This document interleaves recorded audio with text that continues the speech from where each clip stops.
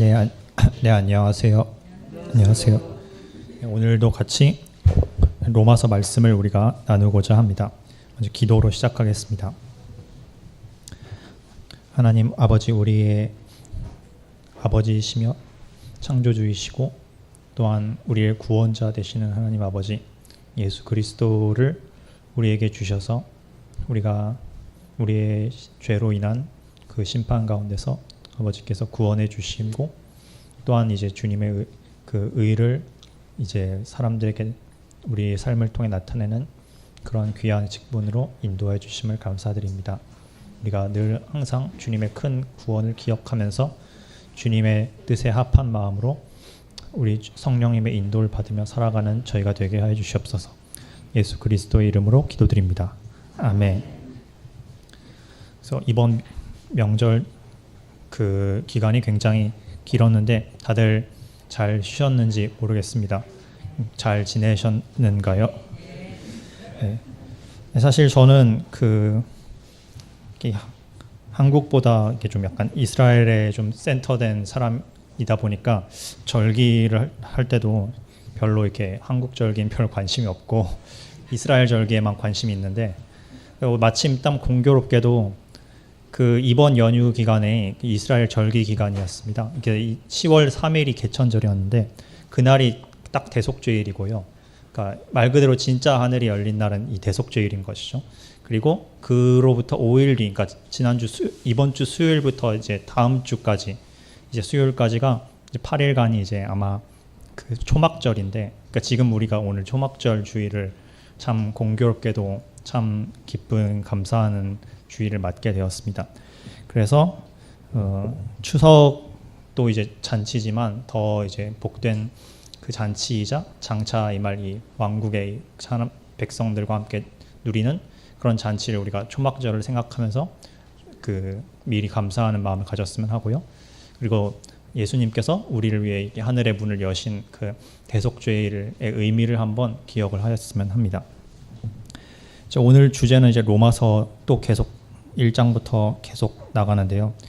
이 로마서 앞으로 당분간 몇 달간 그 주제가 거의 동일할 것 같습니다. 바로 하나님의 이 공의로운 심판과 관련된 하나님의 진노와 관련된 좀 무거운 주제를 오늘부터 다루어 보고자 합니다. 그래서 로마서 1장 오늘 본문은 18절부터 시작하여서 23절까지입니다. 제가 읽겠습니다. 1장 18절 하나님의 진노가 불의로 진리를 막는 사람들의 모든 경건치 않음과 불의에 대하여 하늘로조차 나타나나니 이는 하나님을 알만한 것이 저희 속에 보임이라. 하나님께서 이를 저희에게 보이셨느니라. 창세로부터 그의 보이지 아니하는 것들 곧 그의 영원하신 능력과 신성이 그 만드신 만물에 분명히 보여 알게 되나니 그러므로 저희가 핑계치 못할지니라. 하나님을 알되 하나님으로 영화롭게도 아니하며 감사치도 아니하고 오히려 그 생각이 허망하여지며 미련한 마음이 어두워졌나니 스스로 지혜 있다 하나 우준하게 되어 썩어지지 아니하는 하나님의 영광을 썩어질 사람과 금수와 버러지의 형상의 우상으로 바꾸었느니라 라고 하나님께서 오늘의 우리의 말씀을 주십니다. 그래서 하나님의 성품 가운데 우리는 그 공의로우심, 거룩하심, 그리고 때로는 진노하심 이런 측면을 우리가 배웁니다. 또 한편으로 우리는 하나님의 사랑과 따뜻하심, 친절하심, 긍휼하심, 용서하심 이런 측면도 동시에 보죠. 이게 마치 상반된 것 같지만 이 두 가지가 모두 하나님의 그 완전한 신성 가운데 포함되어 있고 어느 것 하나가 다른 것 하나에 이렇게 밀리지 않는 중요한 둘 다 중요한 하나님의 성품이라 할 수 있겠습니다. 그런데 많은 오늘날의 시대는 점점 이 하나님의 이 두 가지 중요한 차원 중에서 한 가지 측면만을 강조하고 다른 한 가지에 대한 그 중요성을 점점 사람들이 지워가고 있는 그런 추세인 것 같습니다. 물론 모두가 다 그렇진 않고 올바르게 균형 있게 다 전하시는 분들도 많이 있지만 그러나 전체적인 그 비율로 봤을 때 과거의 시대에 비해서는 이 설교 강단이라든지 혹은 문화 속에라든지 하나님에 대해서 사람들이 말을 하되 하나님의 그 공의로우심, 두려우심, 진노에 대해서는 점점 말을 적게 하거나 아예 안 하거나 혹은 하더라도 중요한 부분들을 이제 희석시켜서 이제 말하는 경우가 많아진 것 같습니다. 많은 강단들에서 점점 이 복음의 원색적인 그 참된 그 진한 복음을 전하기보다는 이 복음을 전하긴 전하되 약간 그 의미를 약화시켜서 또는 사람들이 받아들일 수 있을 정도의 수준까지만 이게 낮추어서 물을 타서 전하는 경우가 많습니다. 그래서 이 복된 소식을 전할 때 나쁜 소식이 반장 먼저 전해져야 되는데 이 나쁜 소식에 대해서 충분히 전해지지 않다 보니까 사람들이 복된 소식을 들어도 이게 얼마나 복된 것인지를 충분히 체감하지를 못하는 것 같습니다. 강단도 그렇고 또 여러 이제 기독교 컨텐츠나 이게 사람들에게 영향을 끼치는 것들을 보면 많은 경우에 이렇게 하나님의 그 두려운 부분들에 대해서는 강조점을 많이 두지는 않는 것 같습니다. 물론 모든 것이 다 그렇다라고 이렇게 일반화할 수는 없겠지만 대체로는 그런 것 같습니다. 또한 이제 오늘날 시대는 특히나 더 그런 것 같은데 과거에 그래도 복음과 이 선교가 활발히 이루어지던 때에는 하나님의 그 두려우심에 대해서 분명 많은 설교자들이 강하게 분명하게 그리고 힘 있게 설교를 했습니다. 예를 들어 조나단 에즈워즈와 같은 그 부흥을 이끄신 그런 목회자분 같은 경우 진노하신 하나님의 손바닥에 붙잡힌 인간 이런 제목으로 이 강한 설교를 하셨더니 이 수많은 사람들이 어찌하면 내가 구원을 얻을 수 있으리요 하면서 하나님 앞에 무릎을 꿇었다고 합니다. 오늘날 이와 같은 장면을 자주 보기가 조금 어려운 것이 우리에게 아쉬운 점인 것 같습니다. 또 이제 음악만 봐도 그렇습니다. 과거 우리가 드리는 이 고대는 아니지만 이제 예전 시대의 이 찬송가들을 보면 그래도 균형 있는 신학들이 다 이렇게 녹아 있죠. 근데 오늘날 이제 CCM이나 이제 현대적인 찬송가들을 많이 이제 보다 보면 저도 이제 그런 CCM을 많이 듣다 보니까 알고 있는 부분인데 제가 이게 CCM을 이렇게 다 싸잡아서 정죄하려는 그런 말은 결코 아닙니다만 많은 것들을 들어봤을 때 뭐 좋은 내용들도 많고 하나님에 대해 올바른 내용도 많지만 이 하나님의 진노, 심판에 대한 주제를 조금이라도 다루는 CCM을 제가 아직까지는 수많은 CCM들 들어봤지만 단 하나도 발견하지 못했습니다. 이만큼 우리 시대가 하나님의 이 측면에 대해서 애써 눈을 가리려 하거나 혹은 외면하려는 그런 기류 가운데 살고 있다는 뜻이겠죠. 그러나 오늘 말씀은 이 복음을 얘기하기 전에 나쁜 소식부터 분명하게 우리에게 전하고 있습니다. 그것은 바로 하나님의 진노라는 주제입니다. 우리가 이 주제를 많은 사람들이 다루고 싶지 않아 하지만 성경 전체는 하나님에 대한 그 사랑과 따뜻함에 대해서 나타낸 계시 못지않게 이 진노에 대한 하나님의 그 엄중한 공의로운 진노에 대해서 많이 말씀을 하고 있습니다. 인간과 이제 인간을 비롯한 이제 도덕적 존재들, 이제 천사들이 하나님께 죄를 지었을 때 그 뒤에 하나님의 분명한 심판이 따른다는 것이 성경 많은 말씀들에 계시가 되어 있죠. 구약만 봐도 그렇습니다. 구약에서 제일 처음에 하나님께서 진노를 표현하셨던 그 장면이 바로 창세기 이제 6장에서 9장까지 노아의 심판 사건 때 나타납니다. 하나님께서 자신이 지으신 그 사랑하는 인간들마저 죄를 떠나지 않았을 때 이 홍수의 심판으로 그들에게 엄중하게 이 책임을 물으시는 것을 볼 수 있었죠. 출애굽기 때도 하나님께서는 수많은 사람들 가운데서 특별히 이집트에 반역하는 사람들에게 그들을 향한 이 엄중한 징계로서 10가지 재앙 그리고 특별히 10번째 때는 장자가 모두 죽는 이 심판을 내리십니다. 그러면 이제 이게 이스라엘 백성이라고 이 하나님의 엄중하심이 예외가 되었느냐? 그렇지도 않았습니다. 출애굽기 32장을 보시면 이 백성들이 우상을 숭배하고 금송아지를 만들었을 때 하나님께서는 마침 그 모세의 중보가 없었더라면 이들 모두를 심판으로 끊으셨을 수도 있을 만큼 그분의 죄를 향한 진노를 보여주십니다.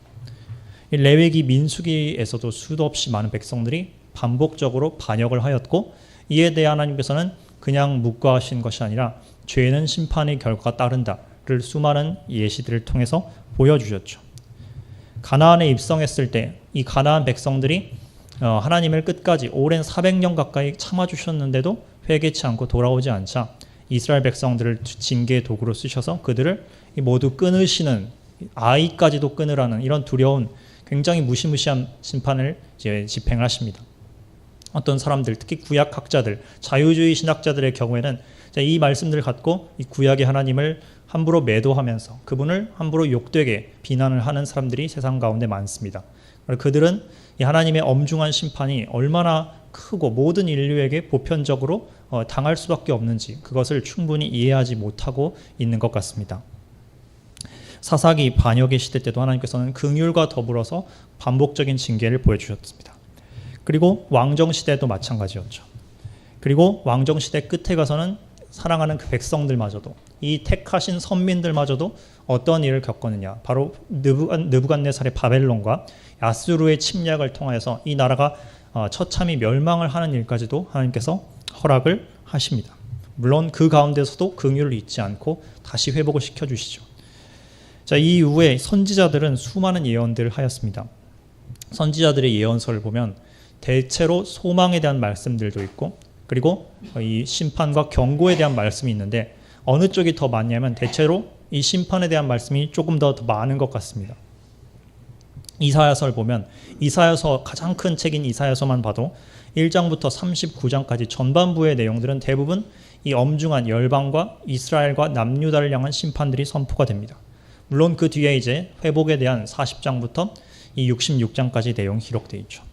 심지어 예레미야는 거의 책의 대부분이 심판에 대한 내용으로 점철되어 있습니다.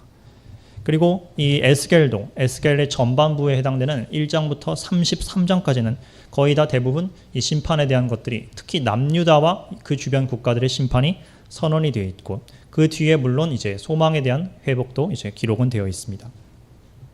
특별히 나훔이라는 선지자는 이 하나님의 진노에 대해서 이와 같이 묘사하기를, 나훔 1장 2절, 하나님께서는 질투하시며 주께서는 보복하신도다. 주께서는 보복하며 격하게 분노하신도다.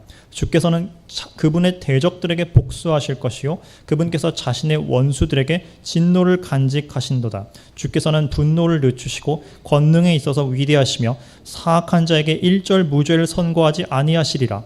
주께서는 회오리 바람과 폭풍 가운데서도 자기의 길이 있으시니 구름들은 그분의 두 발에 티끌이라. 이와 같은 이 굉장히 엄중한 주님의 이 성품 가운데 복수하심, 죄에 대해서 복수하시는 그 측면이 분명히 있음을 이 말씀을 해주고 있습니다. 그래서 많은 분들이 생각하기를 구약의 하나님과 이 신약의 하나님이 너무 이 색깔이 다른 것이 아니냐. 신약에는 나올 때부터 예수님이 그 용서와 자비와 원수를 사랑하라 이런 말씀들을 하시고 이 여인들을 돌로 치지 않게 그녀를 지켜주시고 이런 자비와 따뜻한 예수님을 보여주었는데, 왜 구약의 하나님은 이토록 심판과 이 무시무시한 말씀들을 계속하시는 하나님이냐라고 어떤 자유주의 신학자들은 이 두 책이 서로 다른 것이 아니냐라고 말씀을 하기도 합니다. 하지만 하나님은 영원 전부터 불변하시죠. 예수님은 이 어제나 오늘이나 내일이나 동일하십니다. 구약도 이 안에 얼마나 많은 이 사랑과 용서와 자비의 말씀들이 가득 들어 있습니까? 마찬가지로 신약도 이 사랑에 대한 말씀만 있는 것이 아닙니다. 이 안에 굉장히 두려운 심판의 말씀들이 많이 기록이 되어 있죠. 시작부터 마태복음부터 시작해서 마태복음 3장 예수님 이전에 심지어 침례 요한조차도 이렇게 말을 하였죠. 독사의 자녀들아, 독사의 자식들아, 누가 너희를 가리켜 임박한 진노를 피하려 하더냐. 그러므로 회개에 합당한 열매를 맺고 속으로 아브라함이 우리 조상이라고 생각하지 말라. 내가 너희에게 이르노니 하나님이 능히 이 돌들로도 아브라함의 자손이 되게 하시리라. 이미 도끼가 나무 뿌리에 놓였으니 좋은 열매 맺지 아니하는 나무마다 찍혀서 불에 던지우리라. 이 무시무시한 이 심판을 초반부터 이 마태복음에 등장시키고 있는 것입니다. 그럼 예수님은 다르냐? 예수님의 경우를 생각해 보면 마태복음 책을 읽어보시면 주님께서 수없이 많이 지옥에 대해서 설교하신 것을 우리는 보게 됩니다. 심지어 이 과거 구약 선지자들이 간혹 이제 조금씩 지옥에 대해서 설교를 하긴 했었지만, 사도들과 선지자들이 이 지옥에 대해서 경고한 그 모든 설교를 다 합친 것보다 예수님 혼자서 이 지옥에 대해서 설명하신 말씀이 훨씬 더 많습니다. 이 마태복음에만 무려 42번이나 그런 말씀들이 기록이 되어 있죠. 물론 그 뒤에 말씀들도 예외는 아닙니다. 그리고 우리가 이전에 이제 로마서 하기 전에 배웠던 책이 있었죠. 이제 요한계시록에서도 이런 불순종이 끝까지 회개하지 않는, 불순종에서 회개하지 않는 사람들이 어떤 결과를 맞이할 것인가 하나님께서 분명하게 가르쳐 주시는데, 이것은 우리가 신약과 구약이 다른 것이 아니라 구약 때는 하나님이 간헐적으로 부분 이제 죄를 지으면 곧바로 이렇게 피드백을 주시고 심판을 집행하셨기 때문에 때로는 그분이 좀 가혹하게 이 사람들의 눈에 보일 수 있었던 것입니다. 하지만 신약의 경우에는 이제 오래 참아주시지만 심판을 완전히 없애신 게 아니라 한 번에 몰아서 이제 마지막 때에 아주 강하게 심판하시기 위해서 하나님이 유보하고 계셨던 것이죠. 그래서 둘 다 이 두 책 모두 하나님은 사랑의 하나님인 동시에 공의의 하나님이시다라는 것을 우리에게 가르쳐 주고 있습니다. 그래서 오늘 본문을 말씀을 제가 다시 돌아가 보겠습니다. 자, 오늘 본문은 바로 로마서 말씀인데, 그럼 이 진노에 대해서 이 바울은 어떤 식으로 우리에게 말씀을 주는지를 한번 보겠습니다. 먼저 그 전에 우리가 전에 지난달에 봤던 그 마지막 절이 바로 15절인데요. 죄송합니다. 17절인데요. 네, 17절에는 이렇게 기록되어 있죠. 이걸 제가 다른 번역으로 읽어보겠습니다. 복음에는 하나님의 의가 믿음에서 믿음까지 계시되어 있나니 이것은 기록된 바 의는 믿음으로 살리라 함과 같으니라 라고 하였습니다. 근데 이 의는 믿음으로 살리라 함과 같으니라, 이 구절은 지난번에 말씀드렸듯이 이 선지자 하박국의 책을 인용한 글인 것이죠. 이 하박국서 2장에서 특별히 2장 4절에 이렇게 기록되어 있습니다. 보라, 위로 높여진 자의 혼은 그의 안에서 올바르지 아니하니라. 그러나 의인은 자기 믿음으로 말미암아 살리라 라고 기록이 되어 있습니다. 그런데 그 뒤에 내용들을 보시면 놀랍게도 모든 내용들이 어떤 그 죄악상들을 쭉 나열하는 내용들이 하박국서에서 나옵니다. 그 당대로 치면 이 바벨론과 그 왕이 행했던 이 죄악과 우상 숭배와 핍박과 이런 행태들을 쭉 나열하고 고발했던 것이죠. 물론 이것이 마지막 때의 이 불법의 사람에 대해서도 경고를 하는 것이기도 합니다. 자, 이와 비슷하게 로마서에서도 자, 믿음은 의인은 믿음으로 말미암아 살리라, 이 놀라운 복음의 선포를 함과 동시에 그 뒷절부터 무슨 내용이 나오냐, 이제 온 인류의 죄악상들을 하나하나 고발하는 내용들이 나옵니다. 바울이 이 구약의 구조를 이제 거의 비슷하게 이제 인용을 하였던 걸 볼 수 있죠. 18절에 이렇게 기록되어 있습니다.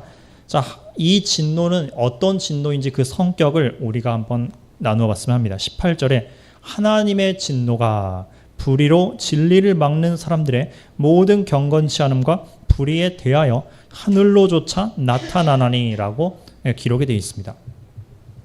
자, 우리는 사람이 성을 낼 때 이 성 내는 것이 많은 경우 죄에 빠지게 된다는 것을 알고 있습니다. 왜냐하면 우리 사람들은 이 서로 성격이 급하고 죄인된 성격이 있고 또 우리 안에 이 고장난 것들이 있기 때문에 분노할 때 제대로 된 분노를 한 게 아니라 죄악된 방식으로 잘못된 자기중심적인 분노를 하기가 쉽습니다. 그러나 하나님께서는 노하기를 더디하시고 그 오래 참으시는 그 온전한 성품과 그리고 불의에 대해서만 진노하시는 그 올바른 태도를 보여주시죠. 근데 이 진노, 하나님의 진노와 사람의 진노 사이에는 이와 같이 아주 중요한 차이가 있습니다. 자, 우리의 진노는 불완전하지만 하나님의 진노는 어떤 성격을 갖고 있냐? 불완전한 것이 아니라 완전하고 의롭고 선한 성격의 진노를 그분께서는 보여주십니다. 그분께서 분노하실 때 결코 자기 감정대로, 자기의 그 우리처럼 욱하는 감정대로 진노하신 것이 아니라 정확하게 법정에서 재판관이 재판을 내리듯이 아주 분명하고 아주 규칙적이고 그리고 알 수 있게 그리고 아주 정당한 방식으로 주님께서는 진노하십니다. 그래서 그분은 최후 심판을 하실 때조차도 결코 감정적으로 이 형량을 책량하신 분이 아닙니다. 반드시 모든 사람들이 하나님에 대하여서 행한 그대로 있는 그대로 1.1획도 틀림없이 갚으시는 공의로운 분노를 보여주신 분이죠. 그러므로 이 진노는 공의롭기 때문에 정당하고 그리고 우리가 여기에 대해서 변명을 할 수 없다라는 것을 우리는 기억을 해야 합니다. 그런데 이 진노가 이제 누구에게 나타나는지 그 대상을 한번 보겠습니다. 바로 불의로 진리를 막는 사람들이라고 합니다. 킹제임스 번역으로 하면 불의 안에서 진리를 붙잡아두는 사람들이라고도 이제 번역을 하고 있죠. 그래서 이 진노는 불의 안에서 거하고 있는 사람들에게 임하게 됩니다. 하나님께서 원래 아담을 온전하게 죄 없이 창조를 하셨습니다. 그런데 그가 죄를 범한 이후 그 후손들은 모두 이제 불의 안에서 태어난 사람들이 되었습니다. 그래서 날 때부터 죄성을 갖고 있기 때문에 누가 가르치지 않아도 아기 시절부터 이기적인 마음과 죄악된 본성들이 저절로 흘러나오게 됩니다. 자, 그런데 이러한 사람들에게 진리가 계시되었을 때 이 사람들은 어떤 반응을 보입니까? 진리를 받아들이는 것이 아니라 진리를 막는다고 하였습니다. 또는 진리를 붙잡아 둔다고 하였습니다. 즉 그들은 하나님께서 계시하신 하나님이 계시고 또 하나님께서 살아계시고 또 그분이 거룩하시며 그분께서 죄를 용서하기 위해서 우리에게 복음의 은혜로서 예수 그리스도를 주셨다. 이 놀라운 진리를 계시받았을 때 그들이 이 진리에 반응하는 것이 아니라 이 자연인의 본성은 이것을 거절하고 이것을 억누르고 싶어하고 이것을 믿고 싶지 않아 하는 본성을 보입니다. 자, 왜냐하면 하나님을 인정하는 순간, 그들이 진리를 인정하는 순간 그들은 자신이 책임을 져야 된다는 걸 알고 있기 때문이죠. 자신이 마음대로 살 수 없다는 걸 알게 되기 때문입니다. 자신들이 자기의 인생의 주인이 아니라는 것을 이제 그때부터 인정해야 되기 때문에 그것이 너무 인정하기가 싫은 것입니다. 왜냐? 자기 스스로 살고 싶으니까. 자기 스스로 마음대로 자기 멋대로 살고 싶은 게 우리 모든 인간들의 죄악된 본성의 근원이기 때문에 하나님이라는 그 진리를 비춤을 받고도 이걸 억지로 모르는 척하고 알면서도 뒤에 팽개쳐주고 그리고 끝내 진리를 자기 안에서 억압해 두려는 것입니다. 이런 이들에게 하나님의 진노가 나타난 것은 이 본문 말씀에 의하면 매우 정당하다. 왜냐? 그들이 진리를 알고도 거절하였기 때문에 그러하다라고 이 바울은 우리에게 설명을 주고 있습니다. 그리고 이들의 진노가 이들이 행한 그 행실 가운데 무엇이 하나님의 진노의 대상이 되는가? 이 18절 말씀 보시면 이렇게 기록되어 있죠. 모든 경건치 않음과 불의에 대하여 진노가 계시된다라고 말씀하고 있습니다. 자, 우리는 이렇게 생각하기 쉽습니다. 그러면 하나님의 그 진노는 많은 나쁜 짓을 한 사람들에게 계시될 것이다 라고 우리는 이렇게 속단하기 쉽습니다. 예를 들어 뉴스에 나오는 이 살인한 사람들, 연쇄 살인범들, 이제 또는 저 북쪽 지역의 이런 독재자들, 이런 사람들이 이 하나님의 진노를 받기 합당하다라고 우리는 국한짓기 쉽습니다. 물론 그들도 하나님의 진노의 대상 가운데 있습니다. 그런데 하나님께서 놀랍게도 이 진노의 대상이 되는 범주는 모든 경건치 않은 것과 모든 불의라고 말씀하십니다. 즉, 이 평범해 보이는 소시민들 한 사람 한 사람조차도 마음속에 단 한 점이라도 불의한 것이 있다면, 단 한 개라도 경건치 아니함이 있다면 그 모든 것이 하나님의 진노의 사정거리 안에 포함된다는 것이죠. 그럼 누가 여기에 포함되지 않을 수 있습니까? 아무도 여기에 피할 수 있는 사람이 없게 됩니다. 저를 포함해서 누구도 이 태어난 사람 가운데서는 이 하나님의 진노에 합당한 이 대상이 되지 않는 사람이 없게 되는 것이죠. 그리고 이 진노는 하늘로부터 쫓아 나타난다라고 말씀하고 있습니다. 즉 이것은 우연에 의한 이런 어떤 고난이나 그런 것이 아니라는 것입니다. 하나님께서 직접 이 하늘로부터 이 천벌로서 내리는 것이 바로 하나님의 진노라는 것입니다. 우리가 나쁜 일들이 세상에 발생한 것들을 봅니다. 우리는 이것이 어떤 세상의 사람들은 말하기를 이건 그냥 우연의 결과로서 나타난 것이다. 이 세상이 진화하는 과정에서 생긴 것이다. 이렇게 말하고 있지만 이 모든 고난들이 하늘로 쫓아서 하나님으로부터 나왔다는 것을 우리가 잊어서는 안 되겠습니다.